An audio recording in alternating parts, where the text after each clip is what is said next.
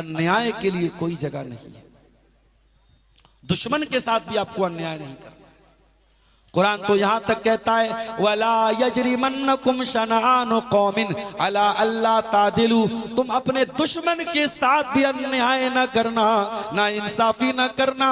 ए दिलू हुआ अक़रबु लित्तक़वा, मेरे बंदो तुम अदलो इंसाफ किया करो। अल्लाह ताला इंसाफ करने वालों से मोहब्बत करता है। अल्लाह से वही लोग डरते हैं जो इंसाफ करते हैं। नबी की अदालत में केस आया, एक औरत ने चोरी कर ली। इस्लाम में चोरी की सजा हाथ का काटना है। नबी ने फैसला कर दिया औरत का हाथ काटा जाएगा। औरत बहुत बड़े खानदान की थी, हजरत खालिद बिन वलीद के खानदान की थी। बनु मखजूम की औरत थी, नाम था फातिमा। उसके खानदान के लोगों ने कहा अगर इसका हाथ कट जाएगा पूरे खानदान की नाक कट जाएगी। लोगों ने हिम्मत तो नहीं पड़ी कि अल्लाह के रसूल से कुछ कह सके।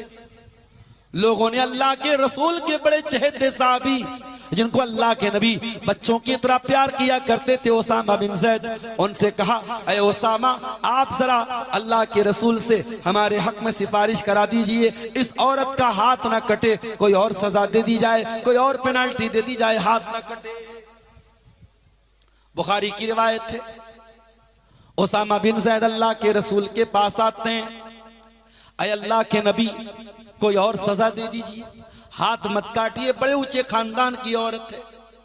अल्लाह के प्यारे रसूल का चेहरा गुस्से से लाल हो गया और आपने गुस्से में फरमाया ऐ ओसामा क्या चाहते हो तुम?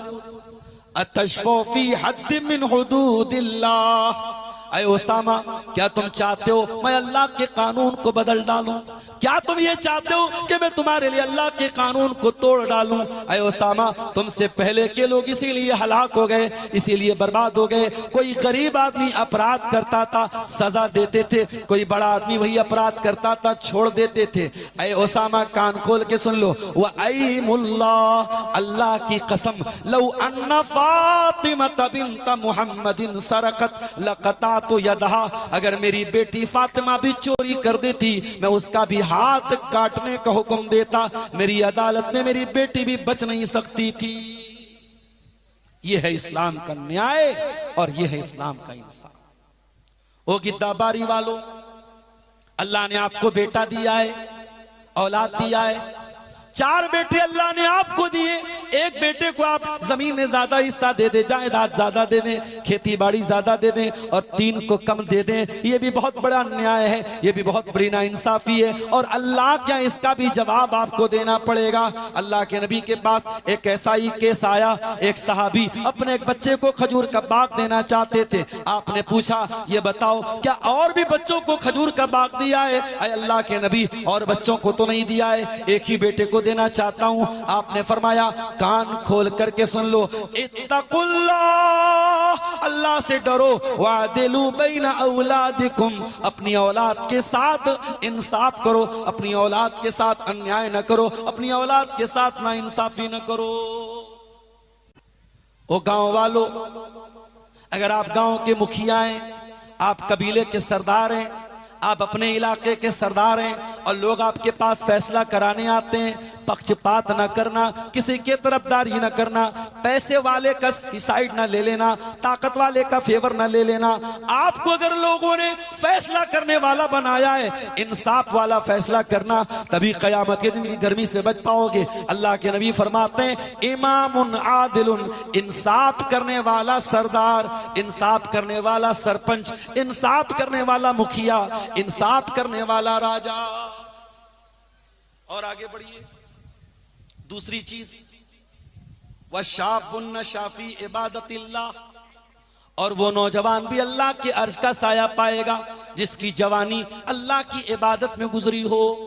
ओ लड़कियों के चक्कर में पड़ने वाले मेरे नौजवान भाइयों, इन लड़कियों के चक्कर में पड़ के तुम्हारा माल भी बर्बाद होगा, तुम्हारा शरीर भी बर्बाद होगा, तुम्हारी जवानी भी बर्बाद होगी और तुम अल्लाह को नाराज करके बैठ जाओगे। अरे ठीक है, जवान हो गए हो, शादी के काबिल हो गए हो, माँ बाप से थोड़ा काम धंधा करने लगो, थोड़े जिम्मेदार बन जाओ और माँ बाप से कह के शादी कर लो। हराम काम न करो, गलत काम न करो, अपनी जवानी को इधर उधर मुंह मार के बर्बाद न करो। ओ मेरी प्यारी बहनों, खबरदार सोशल मीडिया के ऊपर किसी प्यार और मोहब्बत के चक्कर में ना पड़ना। ये प्यार के नाम पे तुम्हारे शरीर को नोचने की साजिशें चल रही हैं। ये मोहब्बत के नाम पे तुम्हारे शरीर का लाभ उठाना चाहता है, तुम्हारी इज्जत को लूटना चाहता है। खबरदार इन प्यार और मोहब्बत के चक्करों में न पड़ना। अपनी शर्मगाह की हिफाजत करना, अपनी जवानी की हिफाजत करना। अरे जो प्यार करेगा, जो मोहब्बत करेगा, वो इंस्टाग्राम पे मोहब्बत वाले मैसेज नहीं भेजेगा, वो व्हाट्सएप पे चैटिंग नहीं करेगा, वो फेसबुक पर आपसे फोटो नहीं मांगेगा, वो आपकी नंगी तस्वीरें नहीं मांगेगा। अरे जो मोहब्बत करेगा वो आपके बाप को निकाह का पैगाम भेजेगा, आपको बीवी बनाएगा, हलाल तरीके से, जायज तरीके से, प्रॉपर चैनल से आपको अपनी बीवी बनाएगा और जन्नत में लेके जाएगा। जो मोहब्बत करेगा, जो प्यार करेगा, वो जिना करके आपको जहन्नम की आग में नहीं जलाएगा। लिहाजा खबरदार मेरी बहनों, तुम भी सुन लो, मेरे भाइयों तुम भी सुन लो, जवानी को बर्बाद न करो। ये जवानी अल्लाह की बहुत बड़ी नेमत है। कयामत के दिन अल्लाह के नबी फरमाते हैं 5 सवालों का जवाब दिए बगैर कोई अपनी जगह से हिल नहीं पाएगा। ला तज़ूलु कदम इब्ने आदम, कयामत के दिन आदम का कोई बेटा हिल नहीं पाएगा जब तक 5 सवालों का जवाब न दे दे। उसमें पहला सवाल होगा अन उम्रिही फीमा अफना। अब्दुल गफ्फार साहब 60 साल जिंदा थे आप, 50 साल जिंदा थे आप, आपने अपनी जिंदगी को कहां गुजारा। दूसरा सवाल होगा व अन शबाबिही फीमा अबला।